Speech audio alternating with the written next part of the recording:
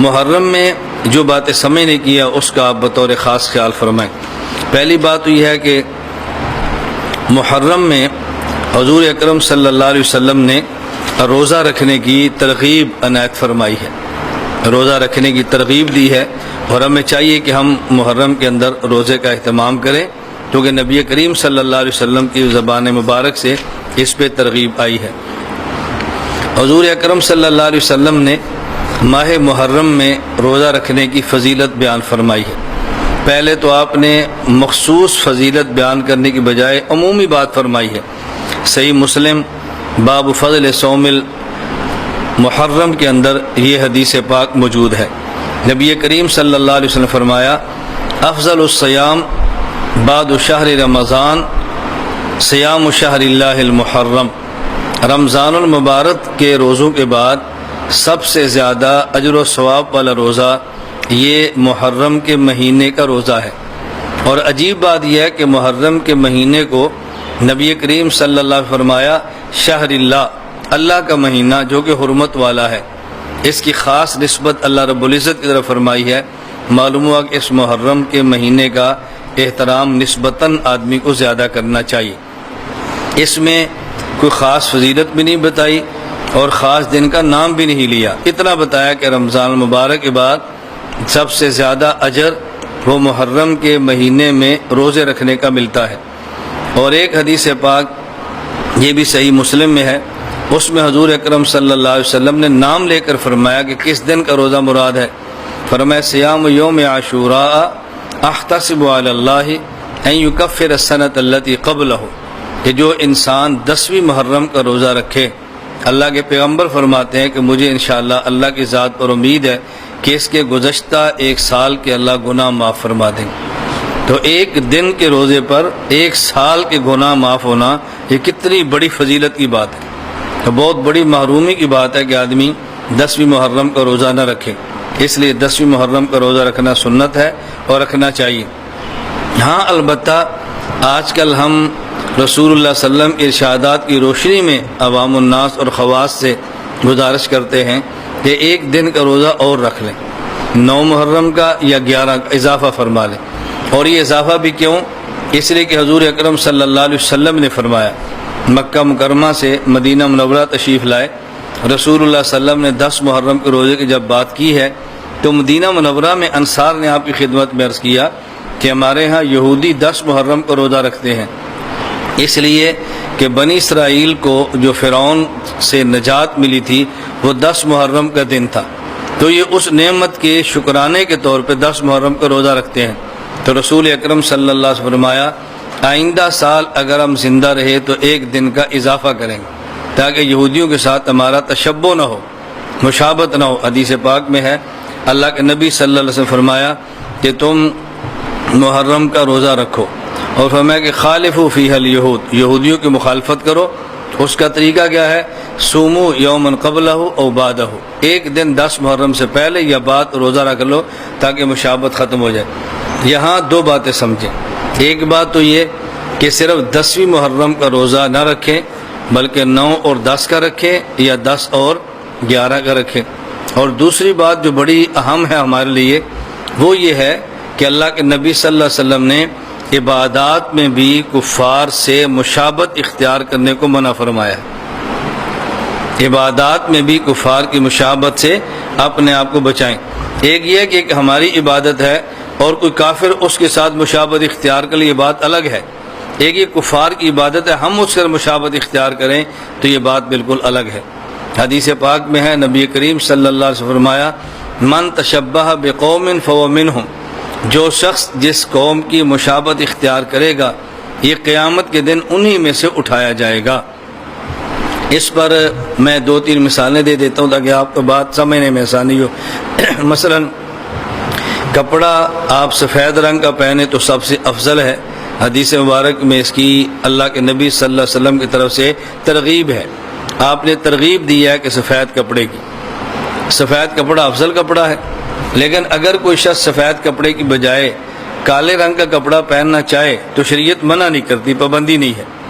لیکن اگر کسی علاقے میں بعض دنوں میں مخصوص طبقہ کالے کپڑے پہنتا ہو اور آپ اس علاقے میں ہوں تو آپ کو ان دنوں میں کالے کپڑے نہیں پہننے چاہیے. کیوں؟ لوگ یہ سمجھیں گے یہ فلاں طبقے سے تعلق رکھتا ہے. جو میں نے مسئلہ عرض کیا، ساری قیود اور ساری باتیں ذہن میں رکھیں. کسی خاص علاقے میں کوئی خاص قوم یا فرقہ خاص دنوں میں اگر وہ کالے کپڑے کا اہتمام کرتا ہے، گویا ان کا مذہبی شعار اور علامت ہے، تو آپ ان دنوں میں اس علاقے میں کالے کپڑے کے اہتمام سے بچیں تاکہ ان کے ساتھ آپ کی مشابہت نہ ہو. مثال کے طور پہ اب ہمارا یہ ادارہ ہے تو ہمارے ادارے میں کالا یا سرخ یا سبز یا سیاہ کوئی خاص کپڑا نہیں ہے. اب یہاں آدمی کسی بھی رنگ کا کپڑا پہنے گا تو فرق نہیں پڑے گا، لیکن مخصوص علاقہ ہو، مخصوص دن ہو اور مخصوص فرقہ ہو، اس پر بہت احتیاط کرنا چاہیے. سبز پگڑی اور خصوصاً جس میں دھاریاں بھی ہوں، یہ سنت سے ثابت ہے. سبز پگڑی جس میں دھاریاں ہوں، ایسی چادر بھی رسول اللہ صلی اللہ علیہ وسلم سے ثابت ہے. خود ہمارے ہاں دارالعلوم دیوبند میں سالانہ جلسے پر فضلاء کے لیے جس پگڑی کا اہتمام کیا جاتا ہے دستار بندی کے طور پہ، وہ سبز رنگ کی پگڑی ہے. ہمارے مشائخ باندھتے بھی تھے. دارالعلوم دیوبند میں اس کا اہتمام ہے سبز رنگ کی پگڑی کا. لیکن اب اگر ہمیں کوئی یہ بات کہے تو ہم کہتے ہیں کہ سبز رنگ کی پگڑی پہننے میں حرج نہیں ہے، لیکن اس دور میں ایک مخصوص فرقہ اس نے سبز رنگ کی پگڑی کو اپنا شعار بنا لیا ہے. اب آپ بچیں ورنہ لوگ سمجھیں گے یہ اسی فرقے سے تعلق رکھتا ہے. سفید رنگ کی پگڑی اور مخصوص سٹائل میں، یہ ہمارے ہاں ایک مستقل جماعت ہے جو اس پگڑی سفید رنگ کی باندھتے ہیں اور مخصوص سٹائل سے باندھتے ہیں. مخصوص ان کی ٹوپی ہوتی ہے. اب اس ٹوپی کو اس سٹائل سے پگڑی باندھنا کوئی ناجائز نہیں ہے، لیکن ان دنوں میں آپ باندھیں گے تو لوگ سمجھیں کہ شاید یہ بھی اس فرقے سے تعلق رکھتا ہے، لہٰذا اب احتیاط کرنا ضروری ہے. جب شریعت نے ہم ایک مخصوص سٹائل کا پابند نہیں کیا تو ہم اپنے آپ کو مخصوص طرز کا پسند کیسے کر لیں گے؟ یہ مناسب نہیں ہے. میں خصوصاً گزارش کرتا ہوں اپنے ان احباب سے کہ جو دین کا کام کرتے ہیں، ان باتوں کا وہ بہت زیادہ خیال فرمائیں، بلکہ ان کو بہت زیادہ اس پر توجہ دینی چاہیے. بعض کسی خاص شیخ کے مرید ہوں تو ہر مرید کی خواہش ہوتی ہے میں اپنے شیخ کی ٹوپی، شیخ کی پگڑی پہنوں تاکہ دنیا کو پتہ چلے کہ فلاں کا مرید ہے.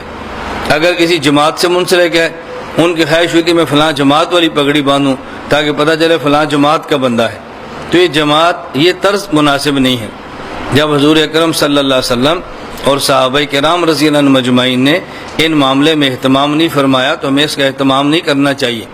ہمارے آپ دیکھ رہے ہیں، طلباء کو دیکھ لیں، ہمارا اپنا ہے، کبھی پگڑی باندھتے ہیں، کبھی ٹوپی پہنی ہوتی ہے، کبھی خانقاہی ٹوپی ہوتی ہے، کبھی دوسری ٹوپی ہوتی ہے، صرف اس وجہ سے کہ کسی کے ذہن میں یہ بیٹھ نہ جائے. یہ اس دور میں آپ محسوس نہ فرمائیں. ایک بہت بڑا یعنی طرز عمل ہمارے یہاں یہ مستقل چلتا ہے کہ ہر شخص کی خواہش ہوتی ہے بھی میری پگڑی، میری ٹوپی اور میرا لباس ہو. وہ کسی ملک میں پتہ چلتا ہے یہ فلاں جماعت سے ہے، فلاں کا مرید ہے، فلاں سے اس کا تعلق ہے، تو اس سے لوگ خوش ہوتے ہیں، فلاں کے بڑے تعلق والے بہت ہیں. اللہ رب العزت کا بے حد کرم اور فضل ہے کہ یہ پاکستان میں نہیں پوری دنیا میں ہم سے منسلک مریدین کا بہت بڑا حلقہ ہے. اور بہت بڑا حلقہ نظر کیوں نہیں آتا؟ میں ان کو مخصوص پگڑی اور مخصوص ٹوپی میں نہیں رکھتا. مخصوص ٹوپی پگڑی میں رکھیں تو آپ کو ہمارے علاقے میں نظر آئے گا کتنے لوگ ایسے جو ہمارے مرید ہیں، کتنے لوگ ایسے جن کا ہم سے تعلق ہے. اللہ رب العزت ہمیں یہ بات سمجھنے کی توفیق عطا فرمائے. تو حدیث پاک میں ہے من تشبہ بقوم فہو منہم، جو جس قوم سے مشابہت اختیار کرے گا انہی میں سے ہوگا. لیکن اس حدیث مبارک کو ہر کسی پر فٹ نہ کیا کریں، بہت احتیاط کیا کریں. یہ میں اس لیے بات کہتا بھی غالباً 3 دن یا 4 دن قبل کی بات ہے. ایک شخص نے مجھے فون کیا اور فون کر کے پوچھا کہ مولانا صاحب کرکٹ کھیلنا کیسا ہے. میں نے کہا بھی پوری بات پوچھو. بس اوقات اس بحث کے پیچھے ایک بحث چل رہی ہوتی ہے اور ہمارے فتوے کو آڑ بنا کے آپس میں لڑائی شروع کر دیتے ہیں. اس لیے ہم مجمل اور مبہم بات پہ فتویٰ نہیں دیتے. پوری بات پوچھو جو تم کیا پوچھنا چاہتے ہو. اس نے کہا جی ہمارے علاقے میں ایک شخص ہے تو وہی کہتا ہے کرکٹ کھیلنا حرام ہے، اور دلیل اس نے کیا دی ہے؟ یہ من تشبہ بقوم فہو منہم کے اندر آتا ہے تو کفار کی مشابہت علیحدہ جائز نہیں ہے. میں نے کبھی پہلے اس حدیث کا معنی سمجھے پھر حلال حرام کی بات کرے نا. معنی اس کا کیا ہے کہ جو کسی کفار کا شعار ہو، کافر قوم کی خاص علامت ہو، اگر آپ اس شعار کو اختیار کریں تو پھر ان میں شمار ہوگا. تو کرکٹ کفار کا شعار تو نہیں ہے کہ ہر جو بھی کافر اس کے لیے کرکٹ کھولنا ضروری ہے یا فلاں شہری کے لیے اس گیم کو سیکھنا ضروری ہے. یہ تو شعار ہے ہی نہیں. اس لیے آپ وقت کے اعتبار سے دیکھیں، اگر کرکٹ کھیلنے میں آپ کی نماز ضائع ہوتی ہے تو پھر کرکٹ کا کیا قصور ہے؟ ہاکی بھی حرام ہے، فٹ بال بھی حرام ہے، والی بال بھی حرام ہے اگر اس سے نماز ضائع ہو رہی ہے، اگر اس کی وجہ سے روزہ آپ کا ضائع ہو رہا ہے، اس کی وجہ سے عبادات متاثر ہو رہی ہیں تو حرام ہے۔ اس میں اکیلے کرکٹ کا قصور نہیں ہے، ساری کھیلیں اس میں داخل ہیں۔ اور اگر حقوق العباد بھی ضائع نہ ہوں اور حقوق اللہ بھی ضائع نہ ہوں تو پھر کسی بھی کھیل کا کھیلنا جائز ہے، اس میں حرج کی کوئی بات نہیں ہے۔ تو اپنی طرف سے نہ تو تنگ نظری پیدا کیا کریں اور نہ ہی اپنی طرف سے وسعت پیدا کیا کریں، جتنی شریعت وسعت دے اسے قبول فرما لیں اور جتنی تنگی رکھے اسے قبول فرما لیں۔ کیونکہ ہمارے ہاں دو قسم کے ذہن چلتے ہیں، ایک ہمارے ہاں ذہن یہ ہے کہ شریعت میں تکلیف نہیں ہے، شریعت میں حرج نہیں ہے، شریعت میں آسانیاں ہیں، تو اتنا آسانیوں کا دروازہ کھول دے ہیں کہ شریعت کا حریہ بگڑ جاتا ہے۔ اور بعض لوگ اتنی تنگی کرتے ہیں کہ نہیں جی ہم پابند ہیں اور فلاں مسئلہ شریعت کا یوں ہے، فلاں یوں ہے، فلاں یوں ہے، وہ اتنی پابندی کرتے ہیں کہ اس سے نکلنا مشکل ہو جاتا ہے۔